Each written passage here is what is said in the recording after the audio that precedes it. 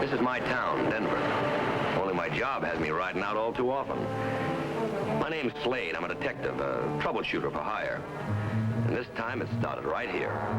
When an uninvited guest slipped into the hotel room of a friend of mine, the little present he rigged up for my friend was to fire off all kinds of trouble.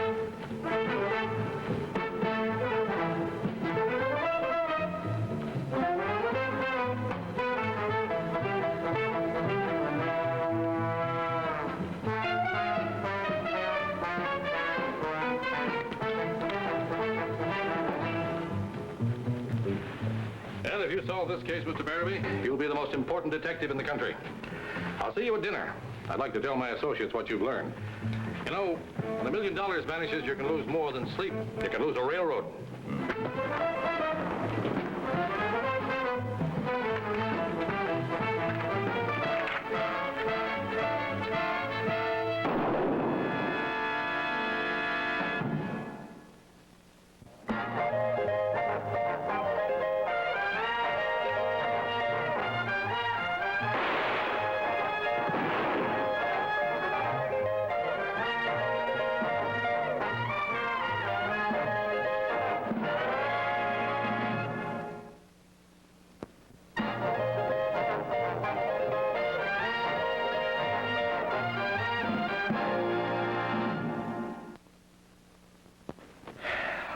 The Denver and Texas Railroad has had its share of holdups, but never anything like this, Mr. Slade.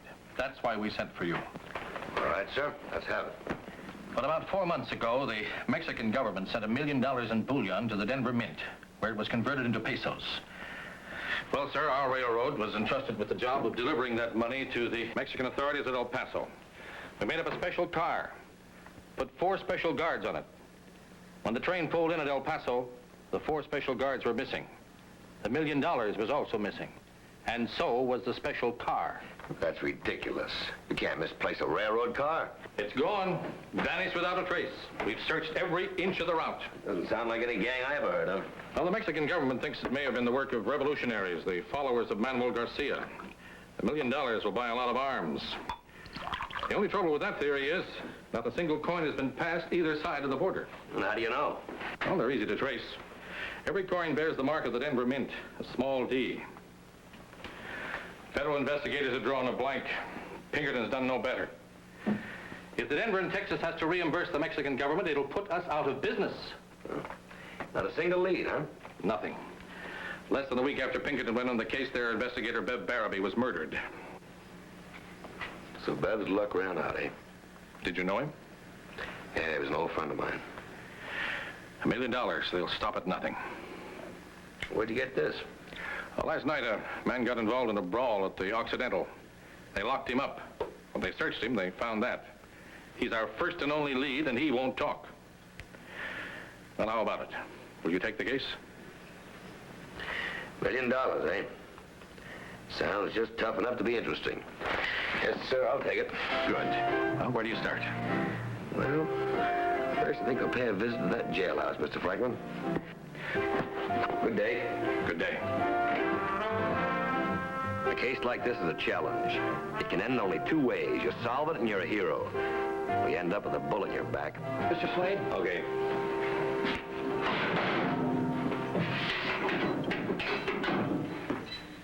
Excuse me, Mr. Longo.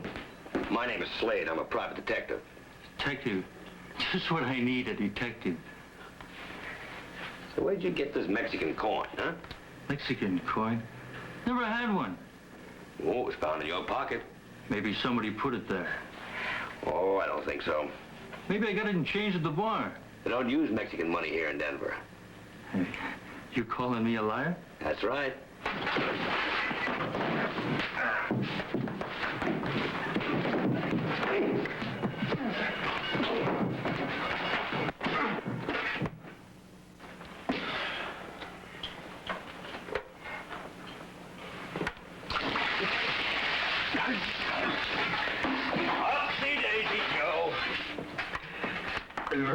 You're real pushy here. Well, now, Joe, you just do a little talking and we can continue outside, all right? I don't know nothing. There's nothing to tell you. If you want to rot in jail, that coin was stolen and we can prove it. You can't prove where you got it. see, and it'll take about a year before your case comes up. Court calendar's kind of crowded right now. But don't worry, Joe. If any of your friends try to bail you out, we'll toss them in here to keep you company. Okay, buddy, it's your funeral. Jailer? Yeah. Keeping Joe Longo in jail didn't solve anything. He looked like the sort who'd never talk. But I was further ahead than the other investigators. I knew Joe Longo was mixed up in it, and I knew he came from Santa Clara, a small town not too far from El Paso.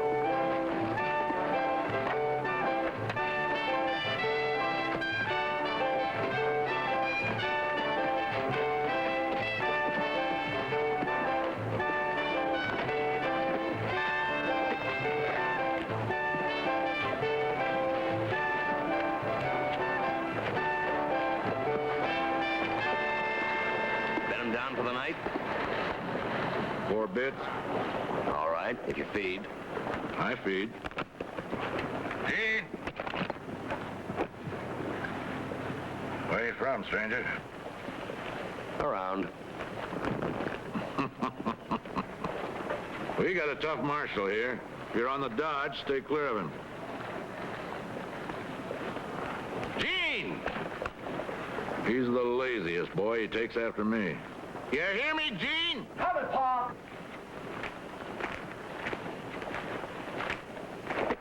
In advance, stranger. All right, Gene. Hold it.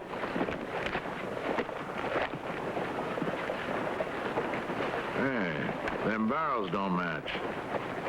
That's right. Well, I get it. Rifle one barrel, shotgun the other, huh? Got good eyes. Yeah. I'm a good judge of people, too. Spend your life hanging around a livery stable, you get to know folks better than a doctor. Get so you can pigeonhole them. I can't figure you, friend. That makes us even.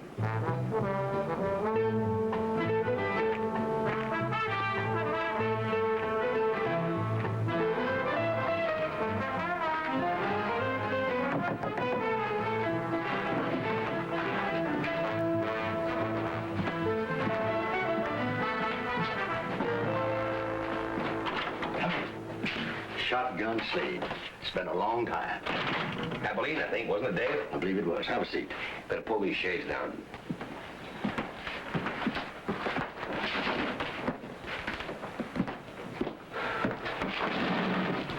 Well, I know this is not a social call. What's that? We got a man in Denver jail by the name of Joe Longo. Ever hear of him? Yeah, him and his sister Franci. They own the Longhorn Saloon. What's he in for? The $1 million Denver and Texas train robbery. We found one of the gold Mexican coins on him. Something I should know? You know, I've been here for going on 5 years.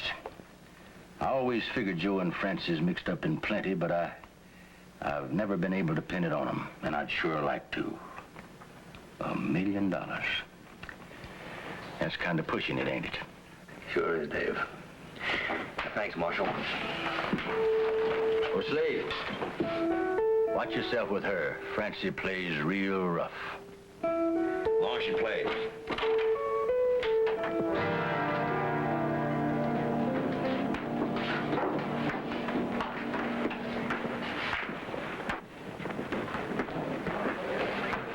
Ma'am?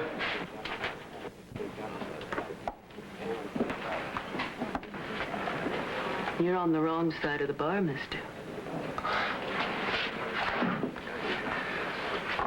Say, I understand the best-looking gal in Santa Clara is Franci Longo. That couldn't be you by any chance now, could it? Now, what do you think? Well, I'm thinking if you're not, I've been misinformed. Something I can do for you? What do you do best? You work fast, mister. Reckon we talk alone. Aren't you crowding your luck, handsome? We'll see about that later. Business first. Oh? What business? Joe. Just left him in Denver. Over there.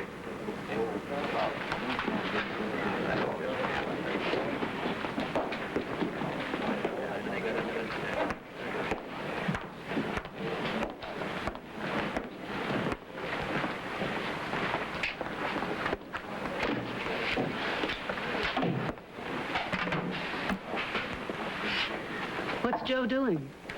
Ooh, not much of anything last time I saw him. That sounds like Joe, all right. Now, what did you want to talk about? He sure wasn't kidding when he said you have everything. You're a pretty fancy talker, mister. I didn't catch your name. Barlow. Michael Timothy Barlow.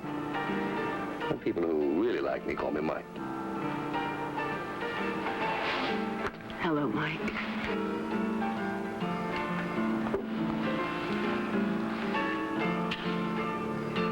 Well, you starting to make a fella feel welcome. About that business. Well, Joe said he could put me in line to make some big money. Fast. I don't know what you're talking about. This. Where'd you get that? Joe. Oh? That's the real thing, all right. So it's the real thing. Take a good look. Denver mint mark, only foreign coin ever made in this country. Same mark as on a silver dollar. That's very interesting. We can peddle them abroad. I got connections. I'm not in the money business. I don't blame you for being cagey, Franci. I would be, too. I can handle a lot of this if the discount's right. You think about it. Oh, think about me, too. I'll be around.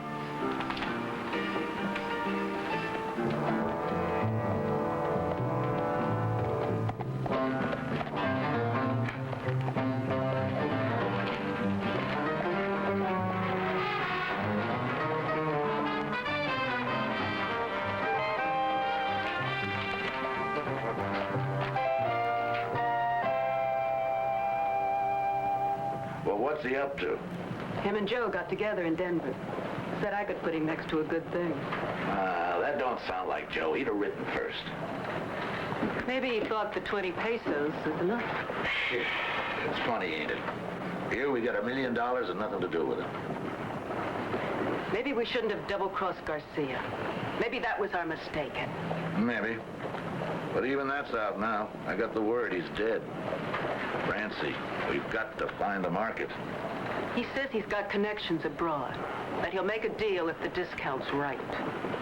What's he call himself? Mike Barlow. Gee! I think me and your friend Mike Barlow are gonna have a real friendly visit. Mutually advantageous. Shake your stumps, boy! This is business! Get over at the hotel. Mr. Barlow's room. Fetch him here.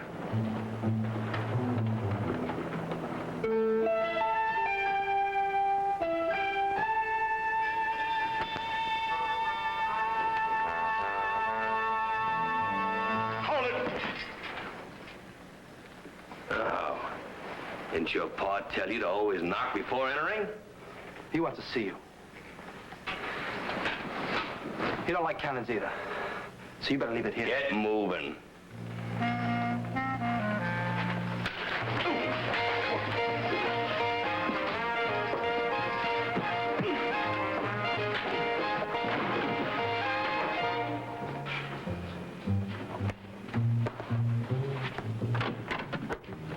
Sleep tight, Junior.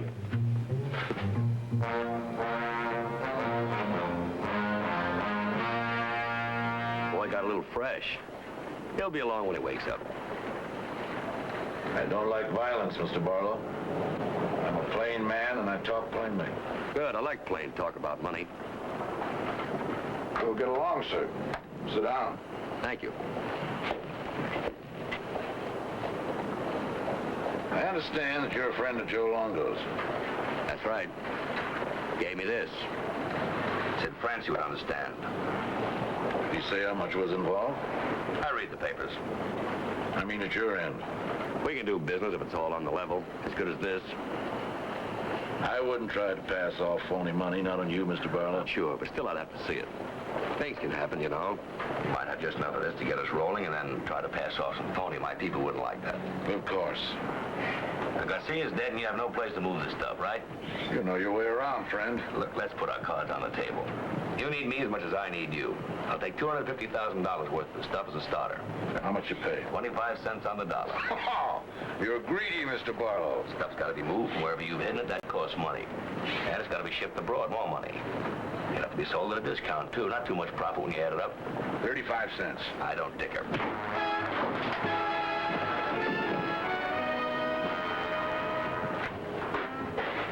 Nice work, son. Search him. We'll find out who he really is.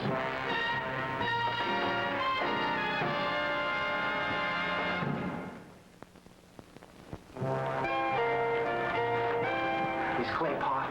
An honest man, carry papers on it. Yeah, he's as crooked as a corkscrew.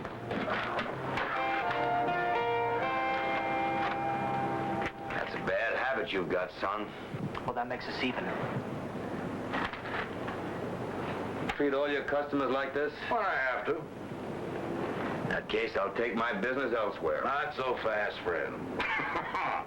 My old ma always used to say that a crust of bread is better than none when you're hungry. You show me you got what it takes and it's a deal. We'll both give a little. Get $10,000 in earnest money and I'll show you a railroad car full of gold pesos. Fair in business, partner. Next time, Sonny.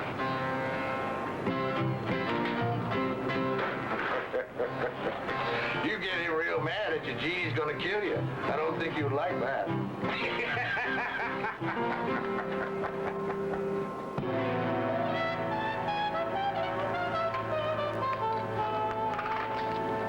How's business, beautiful? Mike, where have you been the last few days? El Paso. Dad wanted to see some money, so I had to telegraph my contact. Well, the least you could have done was to let me know. I was worried. Oh? About me or the money? About you, darling. Hey, what makes you so hard to get along with, huh? Anything doing while I was gone? Ab.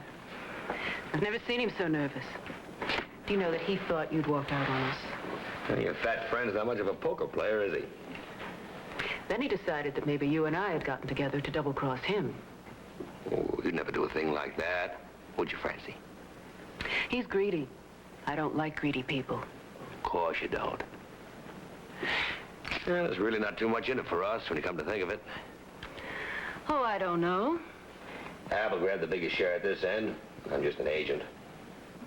Small pickings, I'd say. You got larceny in the eyes, Franci. I can tell. Like your fat friend, I'm a student of human nature. What do you say we go partners? You kidding. Ab would kill us. That's my department. You don't know him. The woods are full of guys like him. Who's guarding the car? Nobody. The railroad guards, weren't they in the deal? From the beginning. And? They're dead. Oh. Well, how far is it? It's not far. Can you get a horse without Ab knowing? Mm-hmm. Good. Meet you out back in 20 minutes. 20 minutes.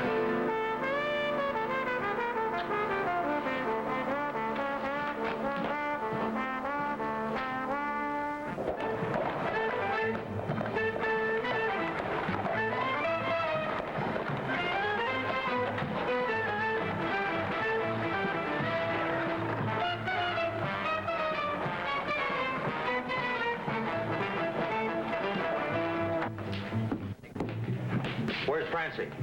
Stepped out. Where? She didn't say.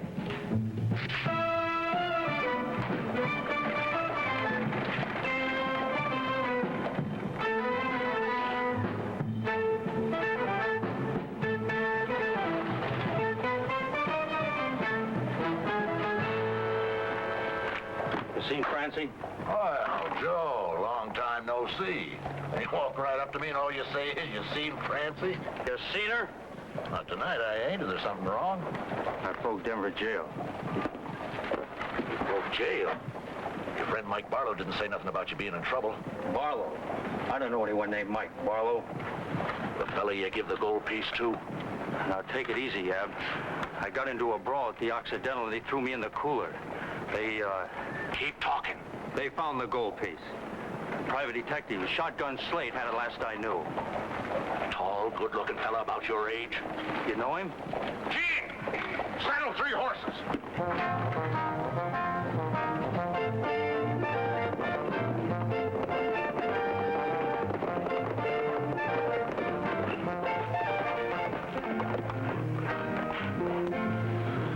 Tired?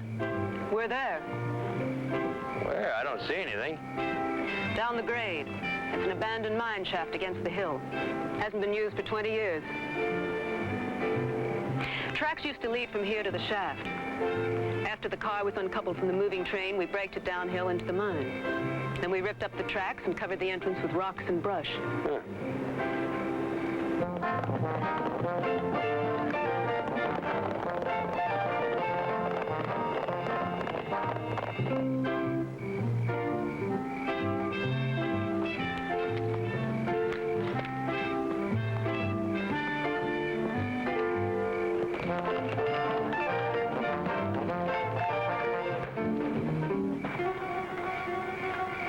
Well, it's quite a deal.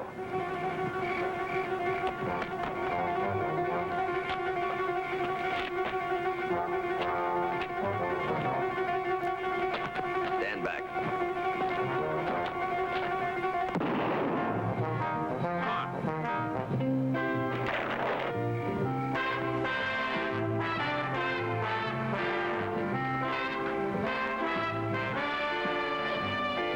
It's all here. Only this box was opened. $1 million. We know you're in there, Slade. Throw out your gun. It's Ab. He followed us. You hear me, Slade? Stay back. Come on.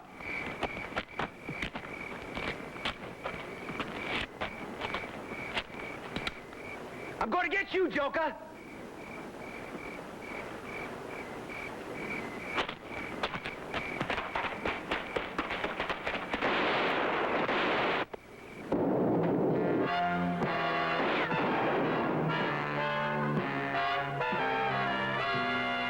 Gene! Keep back now. Here he comes. What are you doing?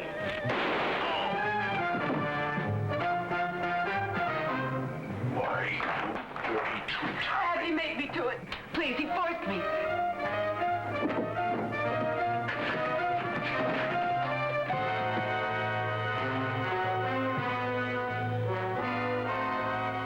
It's too bad you couldn't have stayed on one side, Franci. Just for a while. I wasn't changing sides, honey, honest. Save your breath, Franci. Come on.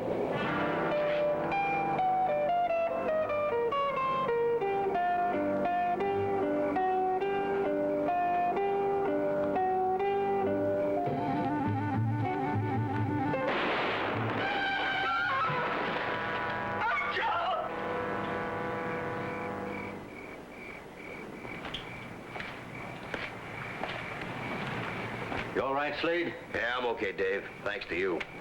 Got another customer for you inside. An ex-millionaire. Let's go, Franci. And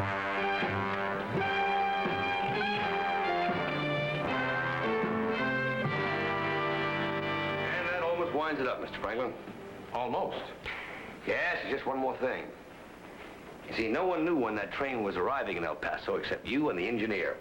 Well, of course I knew. And you picked the special guards to watch the treasure, didn't you? Of course. A lot of good men died to satisfy your greed, Mr. Franklin. And the funny part is, no one made a dime out of it. You don't know what you're talking about. That's where you're wrong. You see, Ab Corbett talked. And so did the girl.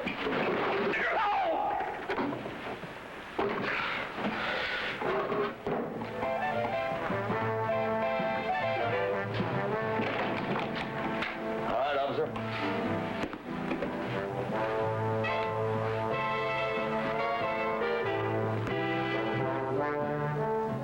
Gold affects people in a strange way.